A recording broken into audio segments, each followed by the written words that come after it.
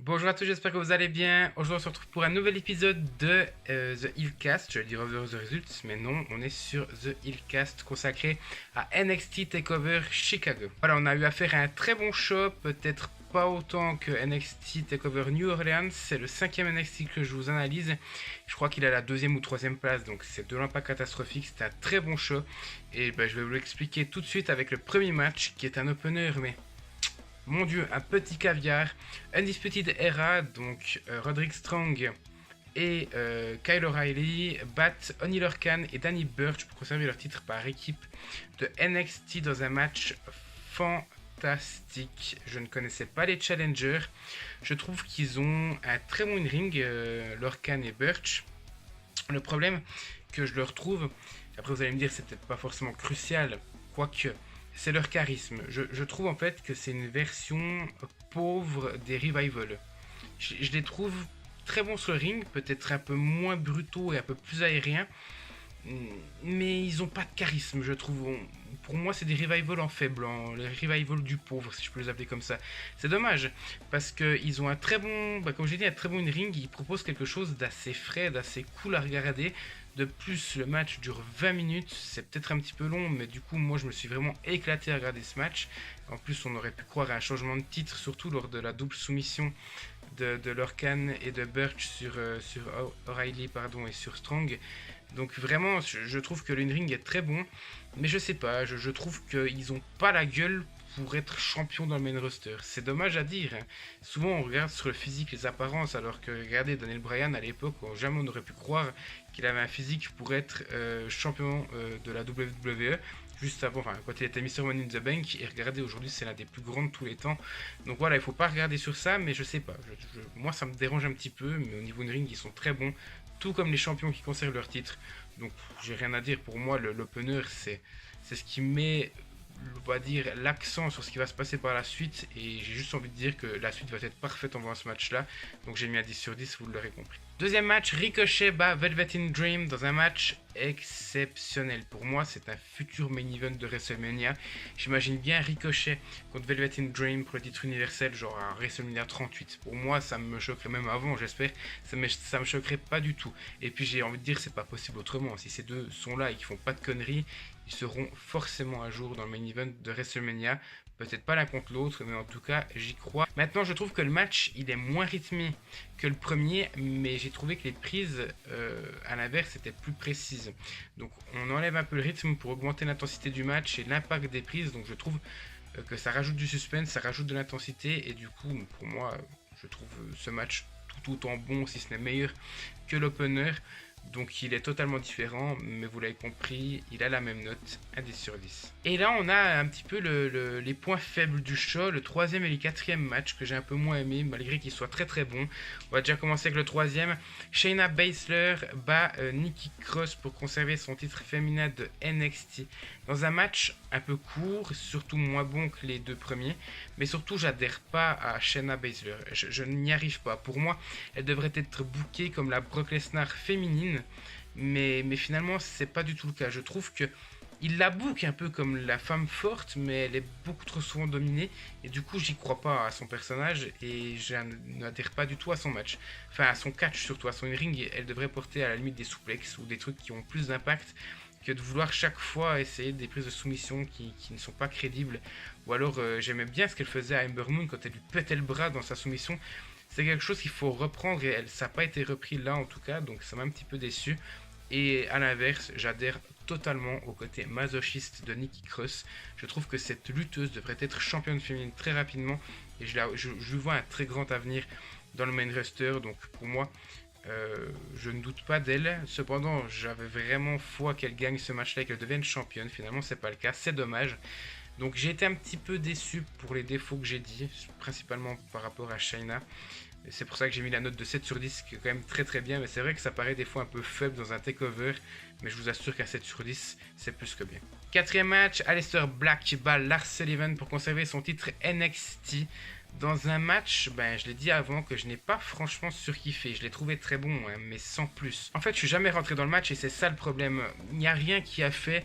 Il n'y a pas de storytelling, il n'y a pas de in-ring qui fait. Il n'y a pas d'alchimie en fait entre les deux qui fait que j'aurais pu tout simplement adhérer au match, rentrer dans le match, faire que je me lève de ma chaise ou de mon lit ou peu importe. Là, il n'y a pas eu ce petit côté qui fait que oui, je l'ai trouvé bon, mais je ne l'ai pas trouvé exceptionnel parce que il m'a rien raconté à mon sens.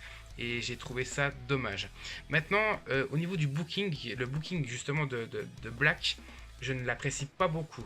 On le voit dans sa façon de lutter, qui ressemble un petit peu à l'Undertaker, à sa façon de se tenir lorsqu'il veut frapper son adversaire. Je trouve qu'au niveau de son booking et au niveau de ses contres et de sa façon de résister, il me fait plus penser à un John Cena qu'à un Undertaker. Et je trouve que ça lui va pas du tout. Au tout début, même contre Almas, son tout premier match dans un pay-per-view de TakeOver, il était plus du côté Undertaker. On l'avait vu avec son entrée, avec ce qu'il dégageait comme impression. Là, on se rapproche plus d'un Cena. Alors, c'est pas du tout Cena, hein.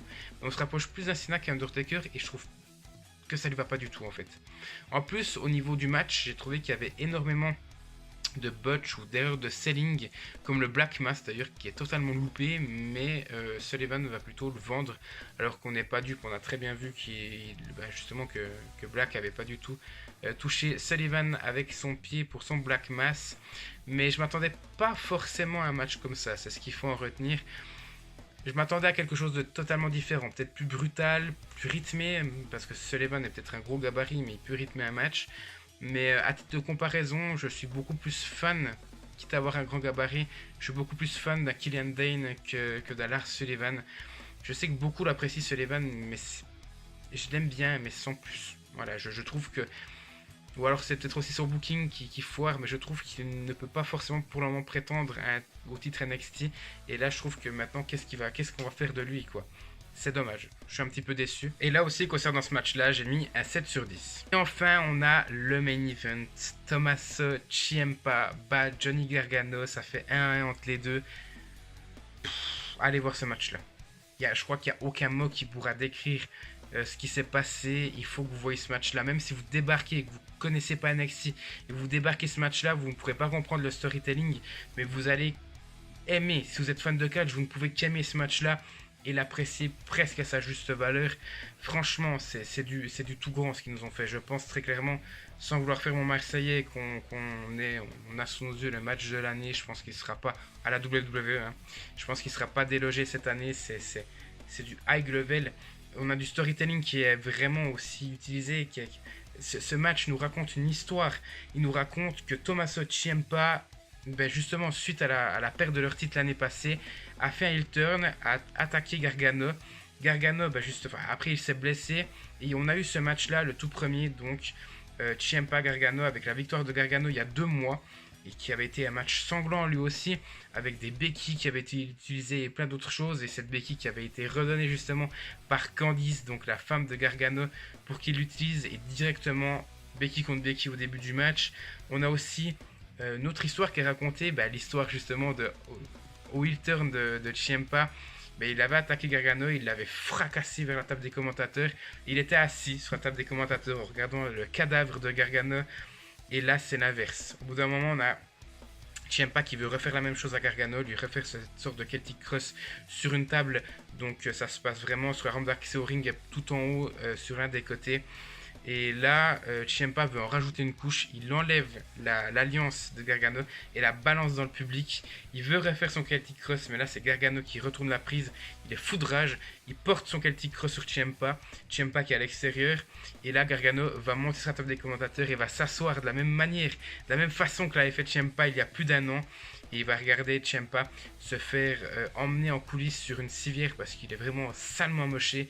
Et Gargano se dit non mais putain, il a vraiment osé, il dépasse des limites que même moi je m'y attendais pas. Enfin c'est lui qui dit ça, même moi je m'y attendais pas quand on était en équipe quoi. Et là, foudrage, il va prendre Ciampa qui était sur le point de se faire emmener en coulisses et va le démonter sur le ring. Vraiment c'est un massacre, une violence inouïe. Va même l'attacher avec des menottes dans le dos. Et finalement, de la sécurité viendra pour empêcher Gargano de faire plus de dégâts, pardon, parce que Gargano est en train de faire taper Ciampa avec sa soumission. L'arbitre n'est pas là parce qu'il était au sol sur la rampe d'accès au ring. Ciampa qui tape, vraiment il en peut plus, il hurle, il souffre d'une manière comme on l'avait jamais vu. Et puis donc la sécurité essaye de séparer Gargano de Ciampa, elle arrivera à 2 reprises. Gargano arrivera quand même à frapper la sécurité, puis au moment où il reviendra sur le ring, Tommaso Ciampa, malgré le fait qu'il soit attaché, il a pu mettre ses mains devant, porte un DDT sur Gargano, sur les planches du ring, parce qu'il avait vraiment, on va dire, découvert le ring, et on voyait les planches qui apparaissaient tellement le ring était fracassé, et donc termine le match de cette façon-là. Et puis Ciampa n'a pas de thème. Ciampa n'a pas de thème, donc lorsqu'il remporte le match, c'est le silence total. Le public était tellement sûr que Gargano allait remporter ce deuxième point, ce deuxième match, que on aurait dit la fin de l'Undertaker, la fin de la streak de l'Undertaker en 2014. Vraiment, c'est profond. Ce match est d'une dinguerie folle. Je vous conseille vraiment d'aller le voir, et j'ai mis un 10 sur 10 parce que je vous avais dit que je ne mettrais pas plus que 10 sur 10 à partir de maintenant. Voilà, donc si on additionne toutes ces notes et qu'on divise par 5, on arrive tout de même à la note de 8,8 sur 10. Encore une fois, 3 10 sur 10 et 2 matchs en dessous, donc le troisième et le quatrième.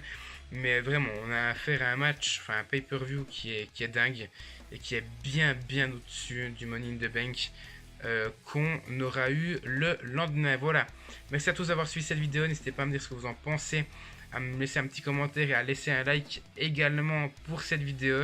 N'hésitez pas non plus à vous abonner si vous avez aimé tout simplement cette vidéo, et nous on se retrouve normalement, je crois que c'est dans 2 mois pour le prochain NXT Takeover qui sera la veille de SummerSlam. Je crois qu'il n'y a pas de nom. S'il y a déjà un nom, n'hésitez pas à me le mettre dans les commentaires. Voilà, bref, un grand merci à vous d'avoir suivi cette vidéo et à tout bientôt pour la suite de la chaîne.